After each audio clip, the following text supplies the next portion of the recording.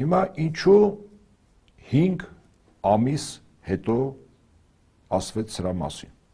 Նախ որ հոկտեմբերի 19-20-ի վերաբերյալ Փաշինյան-Պուտին խոսակցության մասին, այո, իմացել են մատների վրա հաշված մարդիկ, որի մասին ժամանակին հիշում եք, այս տաղավարից մենք բազմիցս ասել ենք, իսկ անվտանգության խորհրդի մյուս անդամները, ինչու՞ չէ, նաև խորհրդարանական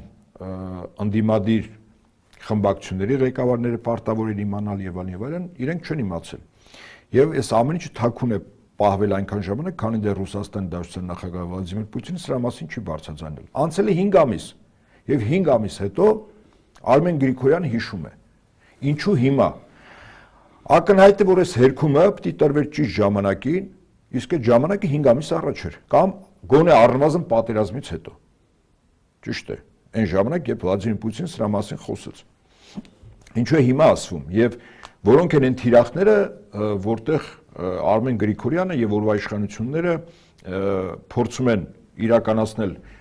քարոզչական գործունեություն եւ ինչ նպատակներ հետապնդում։ Ըստ իս թիրախը Ռուսաստանի Դաշնությունն է։ Եթե նայենք վերջին մի քանի օրերի որոշակի դեպքերի իրադարձությունների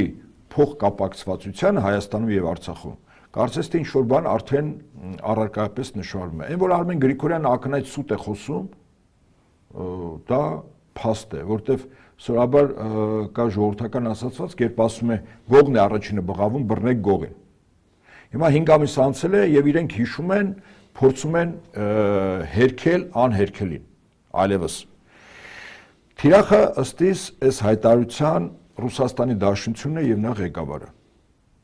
Որտեվ եթե մի երկրի գերտերության ղեկավար Ռուսաստանի Դաշնության նախագահին, օրինակ Բայդենը, երբ անվանում է մարդասպան, հա, դրա համար հիմքեր չունենալը, որտեվ դրա որոշումը հանցանքի հետ կապված դատարանն է որոշում։ Եվ որից է դատականացան լինի Միացյալ Նահանգներում, թե այլ երկրում չկա նման հիմնավորում։ Հետաբար այդ ամեն ինչ արվում է քարոզչության համար։ Հիմա նույնը սա է, քարոզչության համար, այս սուտն ու կեղծիկը տարածելու։ Իսկ թիրախը ըստ իս, քանի որ Արցախի հետ կապված այն ծրագրերը, որոնք մասնավորապես պլանավորել էր Մեծ Բրիտանիան եւ որ իրականացնում էր թուրք-ադրբեջանական տանդեմներ, իրականում ավարտական փուլին չի ասել, որտեղ այդ ավարտական փուլը նվազագույնը Արցախը պետք է ամբողջովին հայաթափվեր, որի մասին մենք եւս այս տաղավարից պարբերաբար հիշեցել ենք, երբ Արցախի անվտանգության խորհրդի նախին քարտուղար Սամվել Բաբայանը հերախոսազրույցում Արցախի նախագահ Արայք Հարությունյանին եւ ասում է Դիմիր ռուսներին 10 օր ժամանակ խնդրում, որ ամբողջ բնակչությանը դուրս անենք։ Իսկ ակնհայտ էր Արցախը ամբողջովին հայաթափելն էր։ Սա առաջին եւ երկրորդ նույն Սյունիքի հարցը ուղղակի լուծելը։ Եվ հետեւաբար, քանի որ այս ծրագրերը կյանքի չեն կոչվել եւ այսօր Արցախի հայկական մասում ռուս խաղապահներն են նաեւ Ռուսաստանի զինված ուժերի այլ ստորաբաժանումներ, փորձում են այդ երկրորդ մասը, որը ձախողվել է, դա կյանքի կոչել։ Ինչպես։ Օրինակ, ակնհայտ հակառուսական ալիք է սկսել այս մի քանի օրը, բացահայտ, ընդ որում տարբեր մակարդակներով։ Լինի դա պետական ամենաբարձրաստիճան պաշտոնյա անվտանգության խորհրդի քարտուղար, լինի դա կուսակցության ղեկավար, լինի տարբեր կուսակցությունների ղեկավարներ եւ կուսակցություններ լինեն անհատ քաղաքացիներ։ Եվ քանի որ թիրախը իրականում Ռուսաստանի Դաշնությունն է, ակնհայտ գրգռում են Ռուսաստանի Դաշնությանը ակնհայտորեն, որսի Ռուսաստանի Դաշնությունը իր ղեկավարությունը ասի դե վերջապես իսկապես եթե հայ ժողովուրդը օրվա իշխանություններին չի հեռացնում եւ հայ ժողովուրդը չի կարողանում գնահատել, որ այն որ Արցախից այսօր հայկական մասա մնացել, այն որ Սյունիքը այսօր ավել կամ պակաս չափով պաշտպանված է, որտեղ ռուսական դրոշ է կանգնած, նաև ռուսական որոշակի այդպես խաղապահ առաքելություն իրականացնող ստորաբաժանումներ, շնորհակալության փոխարեն, որի մասին կարելի է նույնիսկ չասել, բայց վերաբերմունքը տրամագծային հակառակ դեպք չլինի, այսինքն հակառուսականության այն մթնոլորտը, որ հիմա այս վերջին մի քանի օրում ստեղծում են իշխանությունների վստահաբար եւ կազմակերպմամբ եւ ուղղորդմամբ, ավելին ասեմ, այդ կազմակերպումը ուղղորդումը արվում է նաև Ադրբեջանում, այսինքն մի կենտրոնից հանձնարարական է եկել Հայաստան եւ Ադրբեջան, ինչպես օրինակ Արմեն Գրիգորյանի խոսքը լսեցինք, ակնհայտ է, սուտ 5 ամիս հետո փորձում է ինչ-որ հերքել։ Հաջորդը Արամ Զավենի Սարգսյան, Վազգեն Սարգսյանի եղբայրը ինչ է ասում այսօր։ Ուրեմն փաստորեն հիմնավորում է անորակ Իսկանդերների մասին Փաշինյանի հայտնի սկանդալային հայտարարությունը, երկրորդում է, այսինքն որ դա այդպես է։ Հասկանում եք, մարդ, որը զինվորական ծառայությունից 0, զինտեխնիկայից 0, եւ ինչպես ժամանակին մեր ընկերներից մեկն էր ասում, ինքը թողիշի թե Միացյալ Նահանգներում վարչապետ եղած ժամանակ 99 թվականին ինչ գազագիր աստորագրել եւ որ երկրի որ ծառայության համար ինչ պարտավորության տակ է մտել։ Այդ թողիշի Արամ Սարգսյանը։ Եվ ինչ է ասում։ Ասում է Ռուսաստանն արդեն չափն անցել է, որ թողել է 200 տարի հետո թուրք զինվորի ոտն արած ստանցնի։ Եթե թուրք-ադրբեջանական բանակը գրավի Զանգեզուրը, մեղավորը ոչ թե Նիկոլ Փաշինյանը լինելու, այլ Ռուսաստանը։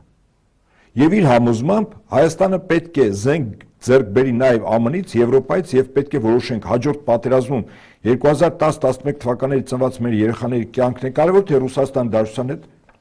բարեկամությունը։ Հիմա ակնհայտ է հիմարությունները դուրս տալիս հակառակը ասում է եթե Սյունիքը գրավե Նիկոլը չի մեղավոր այո նախապատրաստում են այո սա կոնկրետ քարոզչական նախապատրաստություն է ակնհայտ է չէ ահա ուրեմն երկրորդ անձը կուսակցության ղեկավար հիմա օրերս ազգային ժողովրդավարական բևեր համայնքական ինչ որ մի կառույց են ստեղծել Սասնա ծռերի հենքի վրա ուրեմն արեց մի հավաք եւ երթ ինչով էր բնորոշ այդ հավաքը ի տարբերություն իրենց կողմից այլ հավաքների, որոնք պարբերաբար անում են։ Նախորդ հավաքների ժամանակ նո առավելագույն 200-300 հոգի են։ Եթե հաշվենք, որ այդ 200-300-ից առնվազն, ասենք, բավականաչափ քաղաքացիական անձինք դրանք որոշակի ծառայությունների, պետական ծառայությունների ներկայացուցիչներ են, ապա այդ թիվը կտրուկ կարող է նաև նվազել։ Եվ ի զարմանս շատ շատերի չունենալով իրական որևիցե նախադրյալ, որ իրանց 100 հոգանոց հավաքը կդառնա մի քանի հազարանոց, իսկ նախորդ հավաքը այդպիսին էր, կրկին հակառուսականության կոչերով, Միացյալ Նահանգների դրոշներով եւ այլն եւ այլն։ Հիմա ինչ է կատարվում։ Ակնհայտ է, որ այդ հավաքը մարդիկ եւ սկզբունքորեն չի բացառում նաեւ ֆինանսավորում իշխանությունները կազմակերպել են, որպեսզի փչեն այսպես կոչված հակառուսականության հերթական փուչիկը, որի մի կրակոցը արձակեց Արմեն Գրիգորյանը, հաջորդ կրակոցը Արամ Սարգսյանը եւ իրենց հավաքը։ Եվ ընդ որում իրենք գնալով այդ հավաքների պարբերականությունը մեծացնում են։ Այդ ասենք սկզբունքորեն դժվար չի մի քանի օլիգարխի կամ մեկ օլիգարխի, եթե Փաշինյան Նիկոլը հանձնարարի, որ այդ հավաքներին մարդ բերի, ինչ խնդիր կա, թեկուզ գումարով։ Իսկ մենք գիտենք, չէ՞ որ գումարով այլևս ապացուցված է, թե ինչպես են բերում։ Հիմա այսպես ասենք քեշ կանխիկ չեն տալիս, փոխանցում են բանկային հաշիվներին, որի վերաբերյալ վերջերս համացանցում մի փաստի մասին հստակ արձանագրում եղավ։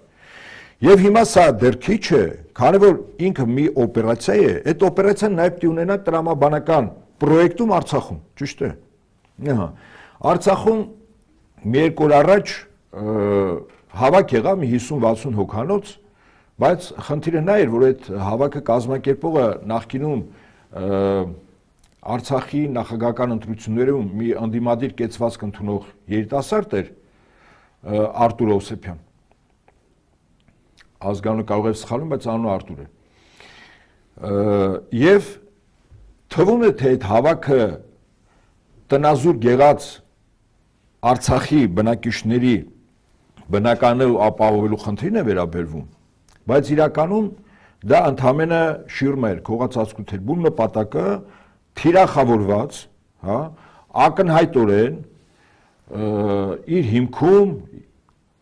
հակառուսականությունն է, որտեղ մասնավորապես օրինակ թիրախավորում է անվտանգության խորհրդի քարտուղար Արցախի Վիտալի Բալասանյանին, այո, անվանարկելով եւ այլն։ Մի կողմից Սամվել Բաբայանն այսպես կարծես թե հարվածում է, բայց երբ որ ինչպես ասում են ուշադիր նայենք, ապա հետևը առնվազն երկու անձի ականջ երևում է։ Արցախի նախագահ Արայք Հարությունյանի, որտեղ իր կառավարության համալրվածությունը սորոսականներով այլևս անթակույց է, Հայկ Խանոմյանը տարածքային կառավարման նախագահ, Մանեթ Հանդիլյանը սոցիալ նախարար, այո, եւ այդպես շարունակ։ Ընդ որում նույն Վահան Բադասյանը, որի մասին դուք այստեղ բավականին դրական խոսել եք, հիմա իր հատուկ հանձնարարությունների գծով ուրեմն անձ է, բայց անձ, որը երկար ժամանակ փող կապակցված է եղել Սասնա ծռերի հետ իր հակառուսական կեցվածքով։ Այսինքն հիմա Արցախում է նաև գեներացիանում եւ 3 թե 3 չարաշնորը մի դեպք միջադեպ եղավ, երբ ռուսական Կարմիր շուկայի մոտից ռուսական ավտոշարասյուն անցնում էր, որի մեջ նաև ադրբեջանցիներ են եղել, տեղափոխվող, քար են նետել հայկական պետհամաշխարհով ավտոմեքենաների վրա եւ ավտոմեքենաներից մեկը վնասվել է։ Սա ինչի համար է արվում, այսինքն ինչու ադրբեջանցիները նման քայլ են անում։ Հաշվի առնելով, որ իրենք ռուսական ուղեկցությամբ են գնում։ Նպատակը հետեւյալն է, որ որևիցե հայ Արցախում բնակվող, եթե անցնում է մի ճանապարհով, որտեղ ադրբեջանցիներն են, սկզբունքորեն եւ ուղեկցողը ռուսական խաղապահ ուժերն են, ապա չկա երաշխիք, որ այդ հայերը կարող է բռնության ենթարկվեն։ Եթե այսօր քար են նետում, վաղը ավտոմատիկ հրակայք կարող լինի, ճիշտ է։ Նպատակը քարոզչական առումով մարդկանց մեջ մտցնել մի ընկալում, որ անգամ ռուս խաղապահները եթե այդտեղ են, ապա իրենք եւս չեն երաշխավորում անվտանգությունը, ակնհայտ է, չէ՞։ Եվ այս բոլորը կարելի է բերել հետևյալին, ինչու է այսօր հակառուսականության մի ալիք ծնվում, ինչու այսօր Արմեն Գրիգորյանի ասածը 5 ամիս հետո ունի հստակ մոտիվացիա, այդ մոտիվացիան այլևս ակնհայտ է։ Հիմա եթե շուտով ընտրություններ են լինելու, որի ես խիստ կասկածում եմ, ինչ առումով, եթե արևմտյան քաղտեխնոլոգները, մասնապես Մեծ Բրիտանիայի եւ Ամերիկայի, եթե գնահատեն, որ Փաշինյան Նիկոլը ուղղակի խայտարակ պարտություն է կրելու, դες համոզված ասեմ, պատրվակով մցնելու են կամ արտակարգ դրություն կամ ռազմական դրություն կորոնավիրուսի թվերը, որտեղ նաև իրական որոշակի հիմք կա, աճի դեպքում բնականաբար զանգվածային հավաքներ, ընտրություններ, հա, հանրահավաքներ պետք է արգելվի, որտեղ նախընտրական քարոզությունը իր մեջ ներառում է նաև այդ մեծ հավաքները, ճիշտ է։ Եվ արգելվում է ընտրությունները, հետաձգվում է բականին երկար ժամանակով։ Սա այն դեպքում, երբ որ արևմտյան քաղտեխնոլոգները գնահատեն, որ Փաշինյանը խայտարակ պարտություն է կրել։ Իսկ եթե չի կրելու, այնուամենայնիվ իրենց գնահատականով Փաշինյանը կարող է ինչ-որ ուժերի հետ դաշնակցած հաղթի, ապա այսօր ինչ են անում։ Կա իշխանություն, իդեմս Նիկոլ Փաշինյանի։ Դեմքը նա է։ Հիմա խմորվում է մի գործընթաց, որտեղ այնուամենայնիվ Հայաստանի երկրորդ նախագահ եւ Արցախի առաջին նախագահ Ռոբերտ Քոչարյանի վարկանիշը վարկանին բարձր է, այսինքն մրցակցային է։ Տոկոսներ չասենք, որտեղ դա ինքը նայած որ կազմակերպությունը ինչ պատվեր է կատարում, բայց այնուամենայնիվ ակնհայտ է, որ վարկանիշը մրցակցային է, հա, Փաշինյան Նիկոլի։ Ուրեմն կա ընդդիմություն իդեմս Փաշինյան Նիկոլի։ Եվ կա մի իրողություն, որի մասին Իդեմս Ռոբերտ Քոչարյանը։ Ռոբերտ Քոչարյանը, կներեք։ Եվ կա այլ իրողություն։ Այլ իրողությունը հետեւյալն է, 50% եւ ավել Հայաստանի ընտրողները, որոնք կամ չեն կողմնորոշվել իրենց ապագա ընտրություններում կեցվածքի համար, կամ ասում են ոչ նախկինները լինեն, ոչ ներկաները լինեն։ Այո։ Կա այդպիսի եւ դա ամենամեծ զանգվածն է։ Հիմա այդ զանգվածի ձայները վերցնելու համար ստեղծվում է Հակա Նիկոլ։ Ընդ որում Նիկոլի այսպես կոչված ռուսական լինելու հանգամանքը արհեստականորեն ուռճացվում է։ Հիշում եք, վերջերս Փաշինյան Նիկոլն էր ասում, երբ մենք Ռուսաստանի հետ մեր հարաբերությունները շատ լավ է, իմ հարաբերությունները Պուտինի հետ գերազանց է եւ այլն։ Այսինքն ինքը իր վրա վերցնում է մի դերակատար, որտեղ ինքը դիտվի որպես ռուսական դաշտի մարդ։ Իսկ Հակա Նիկոլը, գիտեք ով պիտի լինի, արևմուտքի հակառուսականության ալիքի վրա կանգնած մի անձ, որի շուրջ, ասենք, նվազագույնը մի 8-10-15 կուսակցություն կարող է հավաքվել։ Ընդ որում այսօր այդ կոնսոլիդացիան գնում է, ակնհայտ է, եւ Սասնա Ծռերը, եւ Արամ Զավենի Սարգսյանը, եւ անկախ հպարտ պիդարաստ Արման Բաբաջանյանը, եւ Լևոն Շիրինյանը, եւ Գուրգեն Արսենյանը, եւ այլոք, որոնք որ փորձելու են ստեղծել Հակա Նիկոլ հակառուսականության հենքի վրա։ Այսինքն եթե Նիկոլը ռուսական դաշտի ներկայացուցիչ է, այո, ապա Հակա Նիկոլով պիտի լինի։ Ակնհայտ հակառուսական դաշտի։ Եվ այն գործընթացը, որ այս մի քանի օրը գնում է, իրականում ես առավել քան համոզված եմ, կազմակերպված գործընթաց է։ Ստեղծում են Նիկոլին հակակշիռ բևեռ, ընդ որում երկուսն էլ նույն տեղից են հրանգավորում եւ կարգավորում։ Հայաստանում ԱՄՆ դեսպանություն, Մեծ Բրիտանիայի դեսպանություն։ Երբ որ մենք նայում ենք այս հակառուսական դաշտի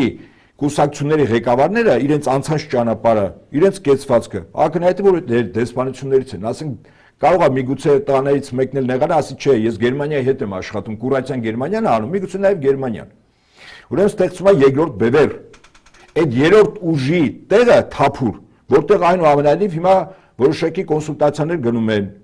քաղաքական կոնսուլտացիաներ, հանդիպումներ եւ այլն, որpիսի դա չլինի, ստեղծում է հականիկոլի դեմս հակառուսականության։ Այս սա է։ Իրականում ես առավել քան համոզված եմ, այս ամբողջ գործընթացի մեխը սա է։ Կա Նիկոլ ռուսական դաշտի, Ռուսաստանի հետ լավ հարաբերություններ ստեղծում է հականիկոլ։ Իդեմս հակառուսական դաշտով իրենք միգուցե իրենցից ընտրեն մեկին։ Ընդ որում լավագույն տեխնացուն է դեպքում կարծում եմ, այս այլասերումների, պղծությունների, ուրեմն բանակից խուսափելու, ստախոսության, փողասիրության մարմնավորումը այս բոլորի, հա, կարելի է մեկ անձի անունով տալ, լավագույն տեխնացուն ըստ իս։ Դա անկախ հպարտ պիդարաստ Արման Բաբաջանյանն է։